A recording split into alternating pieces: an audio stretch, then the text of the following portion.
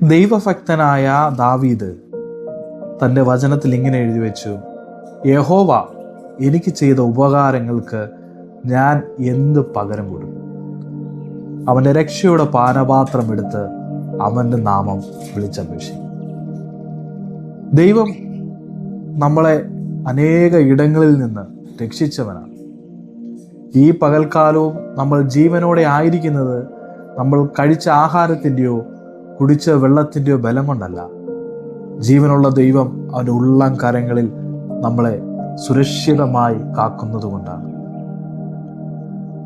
നമ്മൾ മറവിയുള്ളവരാണ്.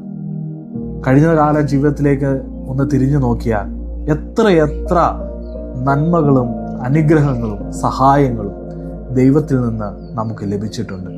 എന്നാൽ ഇതെല്ലാം നമ്മൾ മറന്നുപോയിട്ടില്ലേ?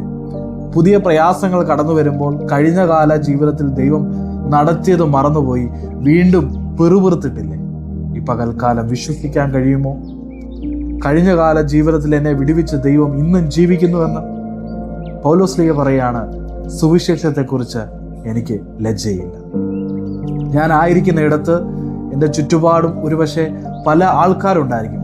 10 കൂട്ടുകാർ നമുക്കുണ്ടെങ്കിൽ ഒരാളോടെങ്കിലും എന്നെ വിടുവിച്ച കർത്താവിനെ കുറിച്ച് സംസാരിപ്പാൻ എനിക്ക് കഴിയുന്നില്ല എങ്കിൽ ദാവീദ് പറയുന്നു, ഞാൻ അവൻ്റെ നാമം മഹത്വീകരിക്കുന്നു. എൻ്റെ ദൈവം എനിക്ക് ചെയ്ത ഉപകാരങ്ങൾക്ക് ഞാൻ എന്ത് പകരം കൊടുക്കും? ഇന്ന് നമ്മൾ ചോദിക്കാം, കർത്താവ് എനിക്ക് ചെയ്ത ഉപകാരങ്ങൾക്ക് ഞാൻ എന്ത് ദൈവത്തിന് പകരം കൊടുത്തു? കർത്താവിന് ഒന്നും വേണ്ട. കർത്താവിന് നമ്മളെ മാത്രം മതി, നമ്മുടെ സ്നേഹം മതി. കർത്താവ് പറയാണ്, അവൻ്റെ ജീവനെ വിലയേറിയതായി എണ്ണാതെ നമ്മളെ സ്നേഹിച്ച കർത്താവിനെ നമുക്ക് തിരിച്ച് സ്നേഹിക്കാം, അവന് വേണ്ടി ജീവിക്കാം, അവൻ്റെ സന്നിധി നമ്മളെ തന്നെ സമർപ്പിക്കാം. കർത്താവ് നമ്മളെ അനുഗ്രഹിക്കും. God bless you all. ദൈവം നമ്മളെ അനുഗ്രഹിക്കട്ടെ.